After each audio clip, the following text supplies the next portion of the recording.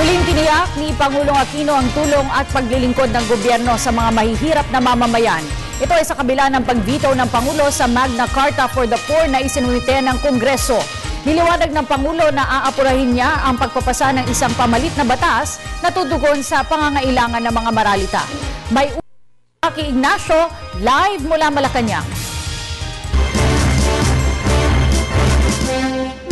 Maraming salamat nga. Titiwala nga si Pangulo Aquino na hindi na dadaan pa sa mahabang proseso ang isusumiteng inamyendahang Magna Carta for the Poor. Samantala, biniweltahan naman ni Pangulong Aquino ang ilang kritiko na nagsabing hindi na dapat vinito ni Pangulong Aquino ang buong panukalang batas. Sabi ng Pangulo, bilang mambabatas, dapat alam niya ang proseso ng pag-veto sa batas. Tiniyak ni Pangulo Aquino na hindi na dadaan pa sa mahabang proseso ang Magna Carta for the Poor, ang panukalang magpapalakas sa karapatan ng maralita na pagkalooban ng tulong at serbisyo mula sa gobyerno. Sa panayam ng media, sinabi ng Pangulo na bukod sa hinog na ang batas, binibigyan prioridad ng Kongreso ang panukalang nakapasa na sa third reading.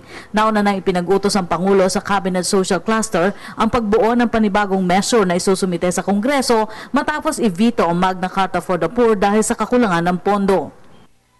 Kung mga halos itong batas na ito no? May fine-tuning. For instance, no? Sweepstakes objected na may provision kasi dyan na 55% of all of their earnings from lottery operations. Binuweltahan rin ng Pangulo ang pahayag ni Party List Representative Rodante Marcoleta na hindi dapat umano vinito ng Pangulo ang buong batas. Paliwanag ng Pangulo, sumailalim sa tamang proseso ang pag-veto. Section 27, subsection 2, and I quote, "The President shall have the power to veto any particular item or items in an appropriation, revenue, or tariff bill. But the veto shall not affect the item or items to which he does not object." Close quote. So, klaro, appropriation measure, pwedeng line item. Revenue measure, pwedeng line item veto. Tariff measure, pwedeng line item veto. And hindi, doesn't fall in any of the three. So, you cannot line item veto.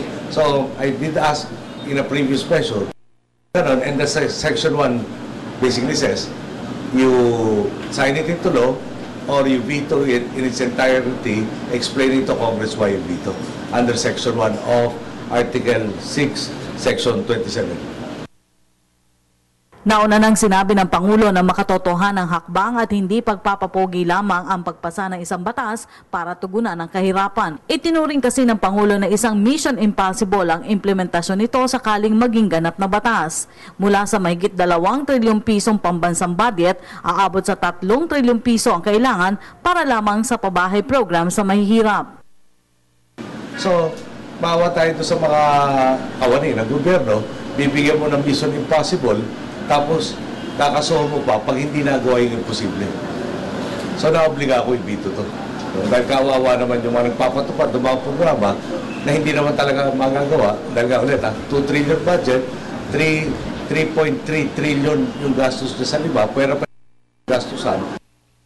Samantala, may sapat na rin programa ang gobyerno kontra kahirapan, kabilang na dito ang paglalaan ng 20 bilyong piso sa ilalim ng Bottoms-Up Budget o BUB para sa mga proyektong tutukuyin ng mga lokal na pamahalaan mula sa pinakamahihirap na lugar.